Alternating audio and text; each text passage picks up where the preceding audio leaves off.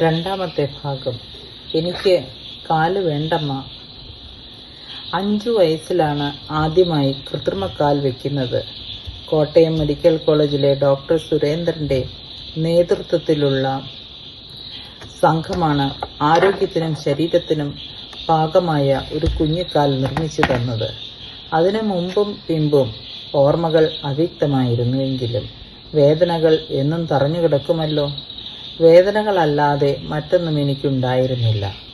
ആദ്യമായി കൃത്രിമക്കാൽ വെച്ച് ഇടതുകാൽ പൂർണ്ണമായൊരു കാലായി നിലത്ത് ചവിട്ടി നിന്നപ്പോൾ അനുഭവിച്ച സന്തോഷം പറഞ്ഞറിയിക്കാൻ കഴിയില്ലായിരുന്നു.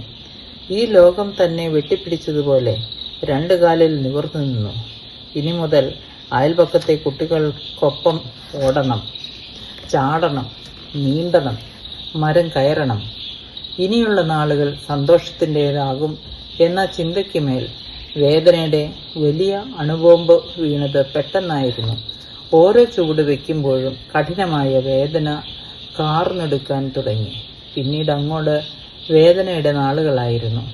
5 വയസ്സുകാരിക്ക് താങ്ങാവുന്നതിലും അപ്പുറമുള്ള വേദന. കൃത്രിമക്കാൽ വെച്ച് നടന്ന് നടത്തം ശരിയാകുന്നതുവരെ ഏകദേശം 3 മാസത്തോളം ആശുപത്രിയിൽ താമസിക്കേണ്ടി വന്നു. ആ കാലത്തൊക്കെ പകലുകളെ ഭയമായിരുന്നു. നേരം വെളുക്കുമ്പോൾ വേദന എന്ന ഭീതി പൊതിഞ്ഞു. രാവിലെ 9 മണിക്ക് തുടങ്ങി വൈകിട്ട് 5 മണി വരെ നീളുന്ന നടത്ത പരിശീലനം തളർത്തി. കരഞ്ഞ് ഓരോ ദിവസവും തള്ളി നീക്കി. എനിക്ക് കാല് വേണ്ടമ്മ, എനിക്ക് നടക്കണ്ടമ്മ, എനിക്ക് വേദനിക്കുന്നമ്മ എന്ന അലർച്ച ആശുപത്രി ആകെ മുഴങ്ങി. ഒപ്പം അച്ഛനും അമ്മയും ഡോക്ടർമാരും മറ്റു ജീവനക്കാരും കരഞ്ഞു. കാല് പൊട്ടാൻ തുടങ്ങി. മരുന്ന് വെച്ച് കിട്ടി. അതിനു മുകളിൽ വീണ്ടും കാല് വെച്ച് നടന്നു. വീണ്ടും പൊട്ടി, പഴുത്തു. മരുന്നുകൾ, ആന്റിബയോട്ടിക് ഇഞ്ചക്ഷനുകൾ ഒക്കെയായി നാളുകൾ കടന്നുപോയി. 3 മാസത്തിന് ശേഷം ആശുപത്രി വിടുമ്പോൾ ഡോക്ടറും മറ്റ് ജീവനക്കാരും ചേർത്ത് പിടിച്ച് കരഞ്ഞു. അവർക്ക് ഞാൻ അത്രയും പ്രിയപ്പെട്ടതായിരുന്നു എന്നും പിരിയുന്നത് അവർക്കത്രയും വേദന നിറഞ്ഞതായിരുന്നെന്നും അന്നാണ് അറിഞ്ഞത്. ജനിച്ച് 5 വർഷം കൊണ്ട് വേദനയല്ലാതെ മറ്റൊരവസ്ഥയെ അറിഞ്ഞിട്ടില്ല എന്നതായിരുന്നു സത്യം. സ്നേഹബന്ധങ്ങളൊന്നും ഞാൻ അറിയുന്നുണ്ടായിരുന്നില്ല. സ്നേഹിക്കപ്പെടുന്നതോ ലാളിക്കപ്പെടുന്നതോ അറിയുന്നുണ്ടായിരുന്നില്ല. ഒരു മനുഷ്യബന്ധം പോലും അന്നൊന്നും സ്വാധീനിച്ചിരുന്നില്ല. അല്ലെങ്കിൽ മറ്റൊന്നിനെക്കുറിച്ചും ചിന്തിക്കാനാവാത്ത തരത്തിൽ വേദന പൊതിഞ്ഞിരുന്നു എന്നതായിരുന്നു സത്യം. ഒരു ദിവസം എത്ര നേരം കാലുവെച്ച് നടക്കാമോ അത്രയും നേരം നടക്കണം. എന്നാലേ ശരീരം അതുമായി പൊരുത്തപ്പെടുകയുള്ളൂ. തുടർന്ന് വേദന കുറഞ്ഞു വരും.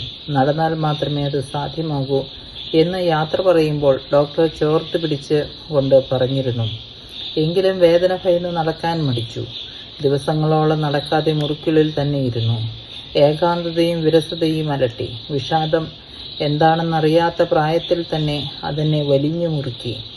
അച്ഛനെനിക്ക് വായിക്കാനായി വാങ്ങി വെച്ചിരുന്ന കുട്ടിക്കഥാപുസ്തകങ്ങൾ വായിക്കാൻ തുടങ്ങി. ബാലരമയും അമർചിത്ര കഥകളും ബാലഭൂമിയും ഒക്കെ കൂട്ടുകാരായി. കാണാത്ത നാടുകളിലേക്കും മനുഷ്യരിലേക്കും ഭാഷകളിലേക്കും അത് കൊണ്ടുപോയിക്കൊണ്ടിരുന്നു. മറ്റു നിവൃത്തിയില്ലാതെ എത്തിപ്പെടുന്ന ജീവിതം മാത്രമാണ് അതുവരെ ജീവിച്ചത്. ആഗ്രഹങ്ങളോ ലക്ഷ്യങ്ങളോ നയിച്ചിട്ടില്ല. വേദനകളിൽ നിന്നും രക്ഷപ്പെടാൻ അതിലും സങ്കീർണമായ ഒന്നിലേക്ക് ഒളിച്ചോടി. അങ്ങനെ എത്തപ്പെട്ടതായിരുന്നു വായനയിലേക്കും. ഞാൻ പോലും അറിയാതെ എന്നിലൊരു സമാന്തര ലോകം നിർമ്മിച്ചുകൊണ്ടേയിരുന്നു. അവിടെയായിരുന്നു ജീവിച്ചിരുന്നത്. യഥാർത്ഥ ലോകത്തു നിന്ന് വളരെ അകലെയായിരുന്നു. പണ്ട് അച്ഛൻ പറഞ്ഞൊരു കഥയുണ്ട്. ഒരു വിജയദശമി ദിനത്തിൽ അടുത്തുള്ളൊരു അമ്പലത്തിൽ അക്ഷരമെഴുതാൻ കൊണ്ടുപോയി.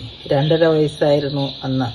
എന്നെ കണ്ടപ്പോൾ അമ്പലത്തിലെ പൂജാരിയും ജ്യോത്സ്യനുമായ ആൾ പറഞ്ഞത് വിദ്യാഭ്യാസ യോഗ്യത കാണുന്നില്ല എന്നായിരുന്നു.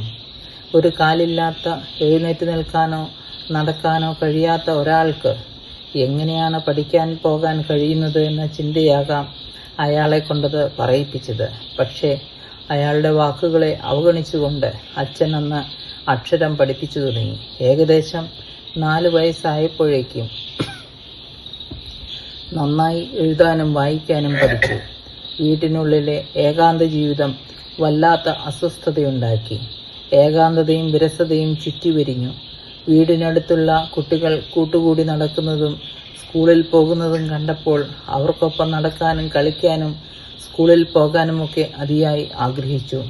അതികഠിനമായ വേദനയെ മറന്ന് തൊട്ടടുത്ത ദിവസം മുതൽ കൃത്രിമ കാലിട്ട് നടക്കാൻ തുടങ്ങി. പിന്നെയും കഠിനമായ വേദനയുടെ നാളുകൾ. പക്ഷേ എനിക്ക് നടക്കണമായിരുന്നു. വേദനയോടെ ഓരോ നിമിഷവും പൊരുതി എല്ലാവരെയും പോലെ ദൈവത്തെ വിളിച്ചു കരഞ്ഞു, ദൈവമേ, എന്തിനാണ് എനിക്കിത്രയും വേദന തരുന്നത്?